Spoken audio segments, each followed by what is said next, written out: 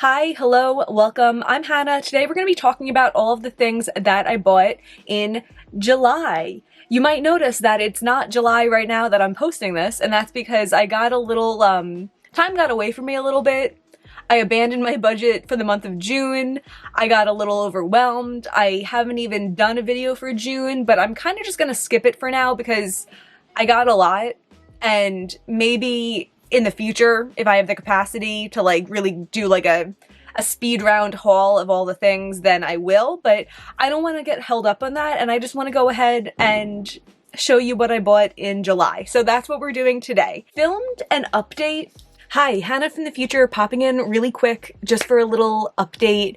You are currently watching the what I bought in July video. I mentioned this budget update video that I had already filmed at that point, and right now it's December, so it feels a little out of place to post a whole video about my budget update video mid-year when we're like so far past mid-year, and I still haven't decided if I think there's anything like valuable in there, but I do like it because I feel like it's recording part of my journey, the thoughts I was grappling with at the moment and everything like that. So I'm just going to put that at the end of this video. So you are currently watching the video that contains my budget update after we finish the fun what I bought in July stuff. So that's coming up. Just stay tuned. In July, I was trying to take it easy after June. I didn't want as much because I feel like I satisfied more of those like just wanting to buy things sort of desires in June. And I bought a pretty concise amount of things. So let's do it. To start with the makeup, I bought it from Looxi 2 times. Usually they release like one collection a month tops, usually like every other month, and it's usually at the end of the month. But this time they released a collection in early July, and it was the Happy Hour collection where everything was named after drinks. I'll post a picture on the screen from their Instagram of all like the little hand swatches. I did a video eye swatching those that I'll have linked down below, and I really do like this collection, and I have been using them. I have some of them on my eyes today, but I'll tell you what that is after we talk about the next makeup purchase too. But yeah, I definitely recommend checking out that video if you're interested in really pretty $3 shadows, because I think it was a really good collection. They also released another collection at the end of the month on, I don't know the exact date, around the 28th, something like that. And this was their collection of multichromes. It was their first time doing like an official multichrome collection, and the shadows were more expensive than they normally are. Their normal shadows are $3. These were each $12. I also did a video eye swatching these. They weren't my favorite because I'm not a fan of dark eyeshadows for the most part, but a lot of them were really pretty, and if you like multichromes, I recommend checking that video out. I'll also link that down below. One of my favorite ones from that collection was the shade Euphoria, which was probably the lightest one that was part of that collection. And that's what I put all over my lid today. But then I layered stuff on top of that. But I feel like that like pink to green that you could see, especially on the outer, that is Euphoria. In the center of the lid, I tapped in Pixie Dust, which was from their Fairy Tales collection earlier this year. And I took Peppermint Kisses, which was from, or Peppermint Kiss, which was from the early July Happy Hour collection. And at the time, I wasn't that crazy about that shade, but I've been kind of like eyeing it fondly recently. And today I used it kind of on like the inner part of my lid, and then also like I traced the outline of Euphoria with that. And I like it.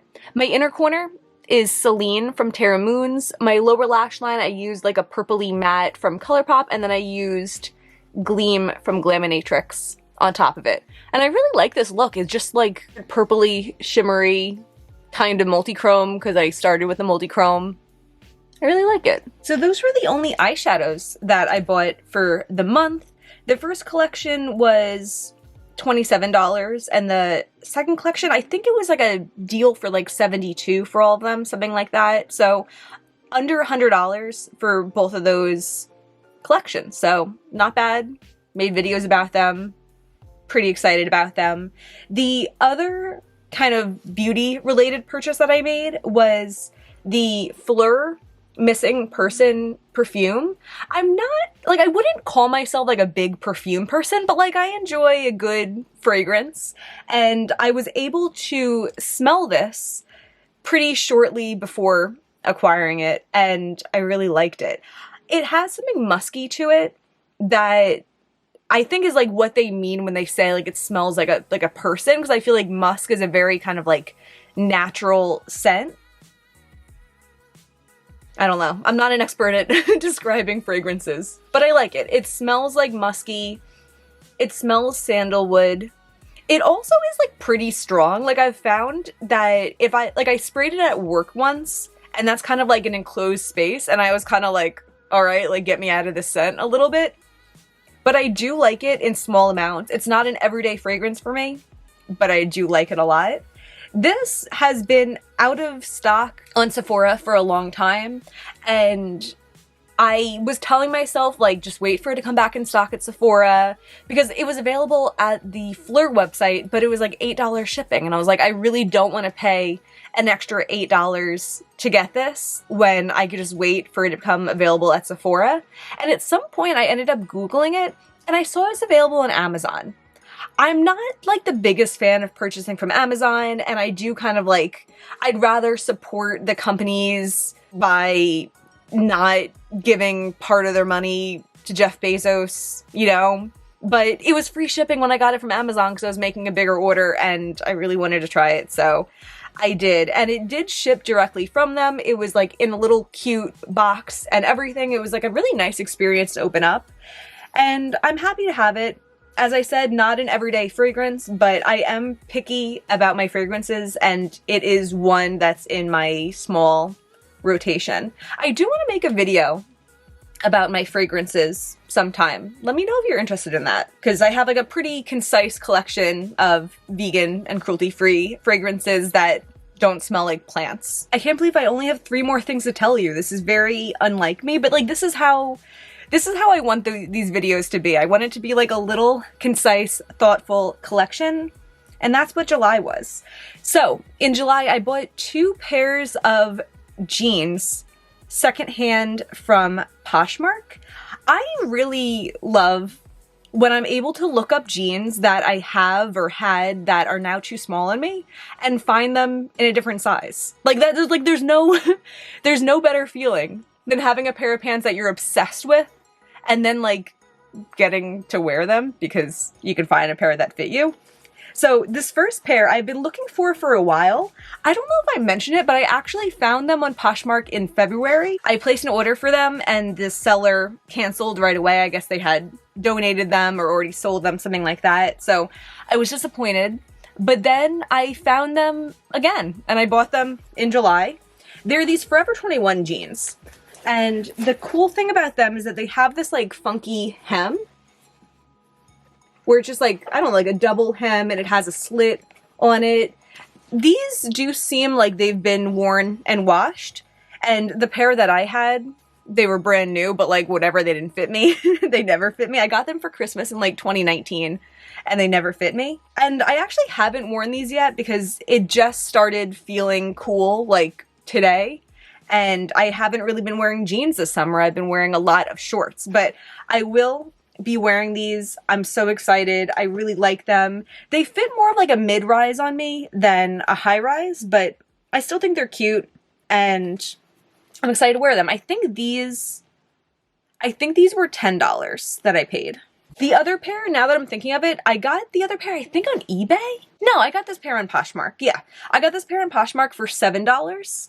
These are these like leopard print jeans and they're just like such like a nice thick denim fabric. They have this zipper here and I have them in a smaller size, and I remember the last time I wore them, I was so nervous I was gonna like zip up my stomach because there's no like fabric on the back of the zipper.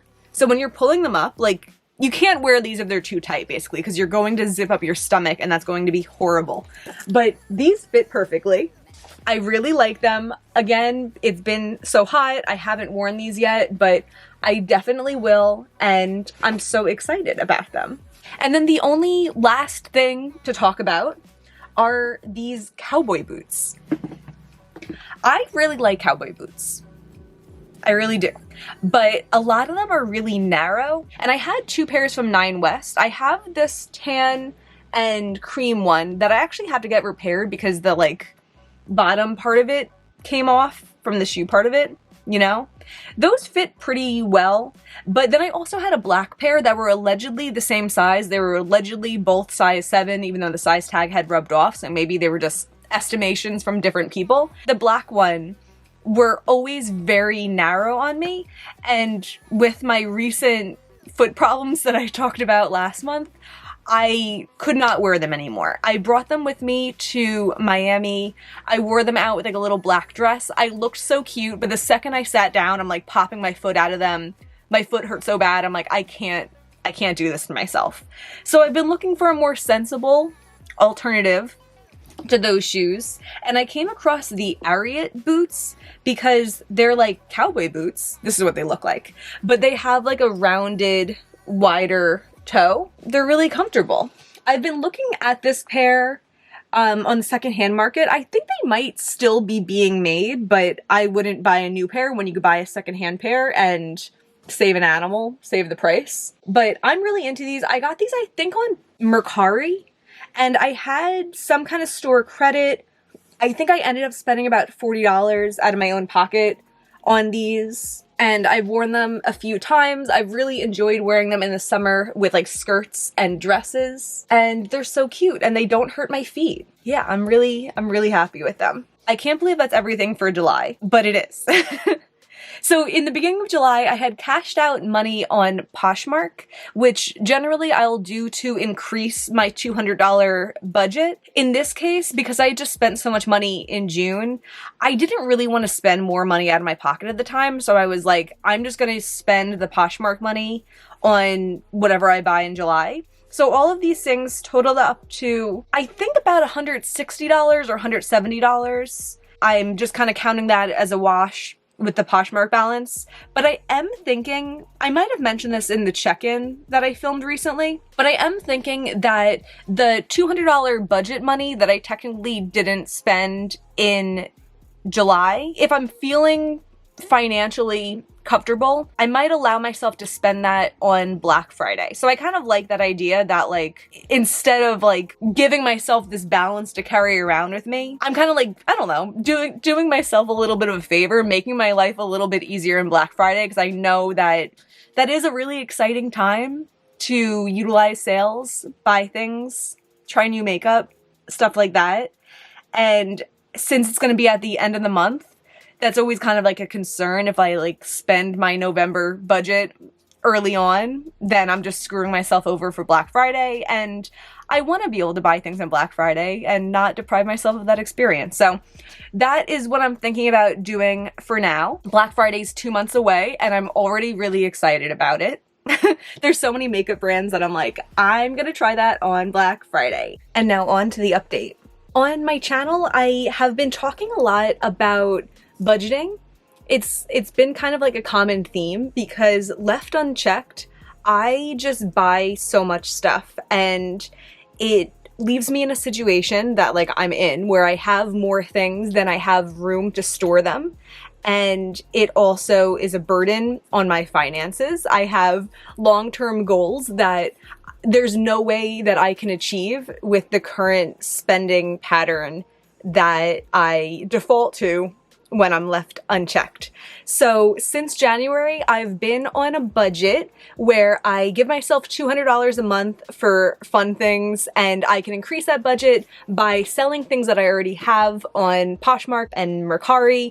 And I find that I do end up taking in way less. I've also been trying to declutter 25% of my collection. So I've been keeping kind of like a loose running count of how much I'm taking in and how much I'm getting rid of. And when the year started, I was doing really good in that goal. I was consistently going beyond what I needed to be at that point in time, but I want to kind of like update on how budgeting feels now that it's been a while. I want to call this like my mid-year budget update, but it is August, so we are a little bit beyond mid-year, but I feel like there were some events that took place like truly mid-year that I want to cover. So let's get into that. Hopefully this will be kind of short and sweet. You know, it's interesting with budgeting, and I don't know how to like put this into a concise thought or like get a point out of this, but I do find that the months that I buy more, even if it's within my budget rules, it feels like I'm doing something wrong. In April and May, I think I spent about $500 in both of them, which was fine. It was $200 leaving my bank account, and then the rest was the result of me selling things. It was fine, but it just feels like I'm taking in more than I should. I guess I will say that I abandoned one goal that I had set in the beginning of the year to only buy 100 items. That went out the window when I realized how restrictive that would be. So I guess in that front, I am doing something wrong by buying more things. But I think I need to, at times I'm too easy on myself, but I think that's one instance where I need to be easier on myself. I need to constantly remind myself that I'm in my goal and it's fine. Because if I'm looking at it at the mindset of I'm screwing up already, it makes me less careful about not screwing up in the future. I think that brings us to June, which is when I kind of momentarily abandoned my budget.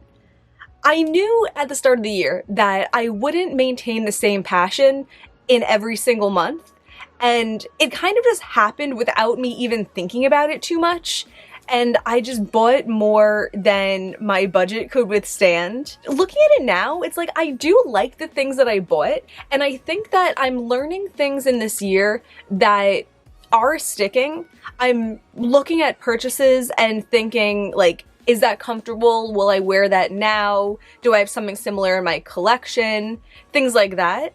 And those were questions that I was not asking myself in the past. I was buying lots of uncomfortable clothes. I was buying clothes in sizes that didn't fit me.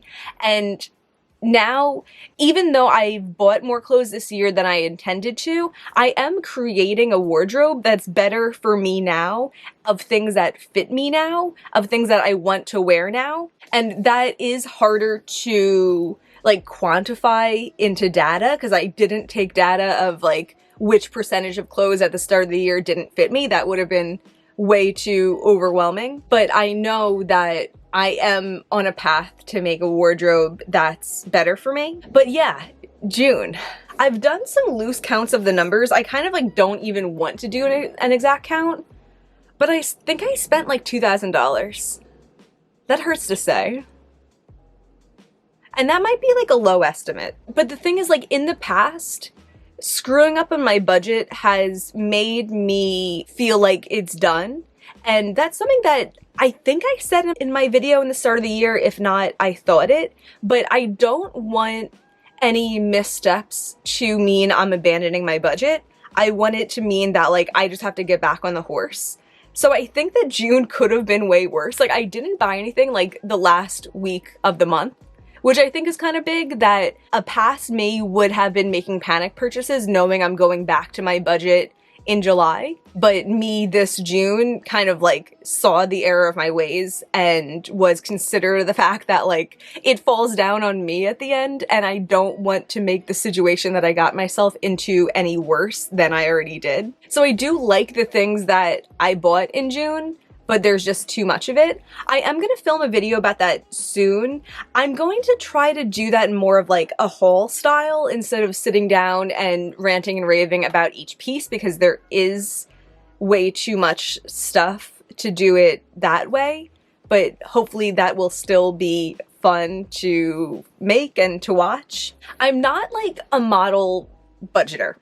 I'm sure you've already realized that if you've been watching my videos or if you've made it to this point in this video, but I find watching other YouTubers, it sometimes feels so easy for them. It feels like they make a decision to change their ways, and we're just seeing the bits and pieces of it, of them being like, I had too much stuff, so then I got rid of all my stuff, and now I only buy really high quality linen pieces, and everything is great. And that's great for them. And I wish I could be more like that, but it's really hard. It's a constant struggle. And if you're someone who's struggled with overspending, it's not just like a habit that goes away. It's like, it's deep. It's like, I want to say it's like how my brain is wired, how my brain thinks, how I'm in the habit of thinking. And those are things that are really hard to break. So I want to remind myself that like, it's an ongoing journey, and even though this year hasn't gone as perfectly as I was hoping it would in January, progress has still been made, and I can see that progress in the fact that I stuck to the budget for 5 months in a row. I can see it in the fact that I didn't go crazy and make panic purchases and everything in June, even when I accepted that I wasn't following my budget in June. And I want to remind myself too that if in every 6-month period I go bananas for 1 month out of it, it's still better than going bananas for 6 months every 6 months. And that's what I had been doing. So when July started, I was pretty eager to get back on the wagon. And what I did was I withdrew money that I had in my Poshmark. I also did withdraw in June in a moment of feeling bad about how much I was spending. And that's just going to be like, you know, that's not like budget money. That's not something I added on to the future. And in July, I ended up cashing out things that I had sold in July. And I decided to just use that money in July to buy the things that I wanted to buy. I wasn't even thinking too strictly about like adding up cents and everything, but I think I spent about $170 or $180, and I know I cashed out a little over $200, so I'm pretty happy about that. That made me feel a lot better about myself, even though it didn't like reverse the damage I had already done. But I think what I'm going to do is take the like $200 budget dollars that I didn't spend in July, and I'm going to allow myself to use them for Black Friday.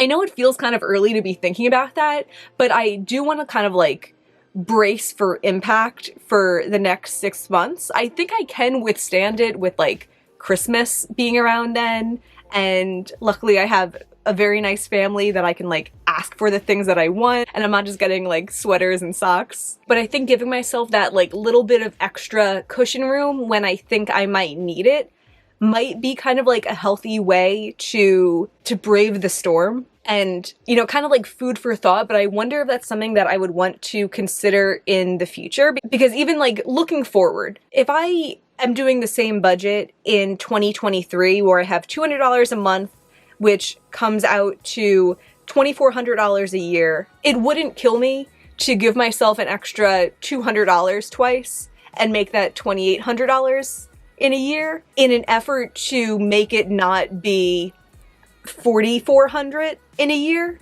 You know what I mean? Like, I would rather spend an extra $200 than an extra $2,000. If I could give myself an extra cushion when I need it to say, okay, you're feeling spendy, you're going through it, you're not as gung-ho on your budget at the moment, here's a little bit extra to play with without abandoning all rules and doing whatever I want. I don't know if that's going to be the plan. I don't know how I would factor that in without it being a constant thought in my head of like, oh, is this going to be the time I let myself spend more? But it is kind of like food for thought. We'll see how it goes with Black Friday and if that makes me kind of feel satisfied in that time. Because also the thing with Black Friday is I think it's going to be like the end of the month. It's usually the end of the month. I know one year it was like December 1st or something like that, or at least Cyber Monday was. But it's hard to save my budget from the whole month to have money to spend then. So I like the idea of like, I already have my $200 from July that I can spend then. Also, my rate of decluttering has kind of slowed down since the beginning of the year. I think in the beginning of the year, I was so excited to get things out of my way, to imagine my inventory count for next year being lower. And as we've settled into 2022, that's still a goal of mine, but it just feels like counting up my 2022 inventory was so long ago, and counting up my 2023 inventory is so far in the future. And I'm just like in this in-between moment, but I think that I will pick up steam. And as I said before, I know I'm transforming my wardrobe into something that's better suited for me now than it was last year. So I know it's going to be lower than it was last year, but even if I don't hit that 25% threshold that I was aiming for, I know that when I open my drawer, there's a higher percentage of things that fit me than there used to be. And that makes me really happy to know, because the goal is a usable wardrobe. I also have been like trying to sell a lot of things on Poshmark and Mercari, and occasionally I'll bring things to Plato's Closet, but I hate doing that. I find that so taxing. I hate just like sitting there and waiting and knowing that they're going through my things, and I hate having to go back in and they're like, do you want to look through the things that we're buying? And I'm like, no. But I have done that once, and I'm definitely due to do that again, because it's kind of like a good last stop before I'm donating things. But all this is to say that I've been decluttering my eyeshadows, and I've been posting a series that I filmed a couple weeks ago, or some of them a couple of months ago, where I went through all of my eyeshadows by color and I swatched them all and I decluttered a bunch. And something that I felt, and also I had gotten a comment about someone else experiencing that, like, you kind of need to do two declutters. You need to do a declutter where you get out all of the duds, all of the things that are really obvious. And once you have those things out of the way, it's easier to look in again and see the things that made it through the first round, but aren't ultimately things that you need or want to have in your collection. And I think that applies so much to clothes too.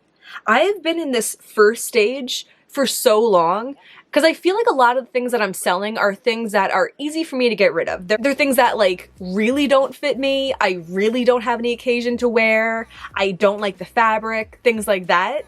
And I've been in this prolonged stage of getting rid of those things that is kind of pushing back me getting to that second stage where I can look more critically at my things. Maybe the solution is I just need to get a little bit more aggressive about selling it, lower the prices more, relist things. I read Reddit sometimes and people say that like the thing to do is if something doesn't sell in a couple weeks, you list it again and that ups your chances of selling it.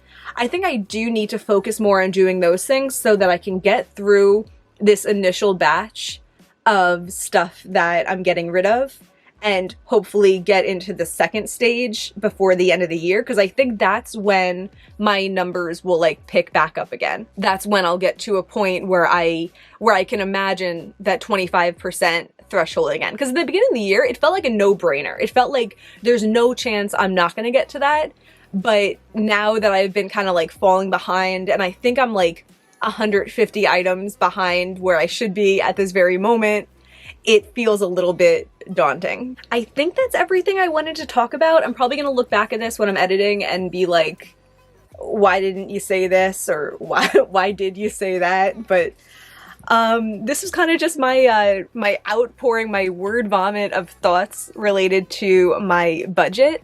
I hope that maybe it made you feel better about also being imperfect. Maybe there is some ideology in here that is helpful to you in your journey. If you enjoy this kind of like mindful consumerism content, I will be posting my upcoming budgets, and I do try to look at everything through this lens of seeing through the magic, enjoying some of the magic, of course, because I love the magic, but also kind of seeing through it and making sure you're making decisions that are healthiest for you in your current state. So yeah, if you enjoyed this, please give me a like and subscribe. It really means a lot to me. And that is going to be everything for today. Bye. Bye. Bye.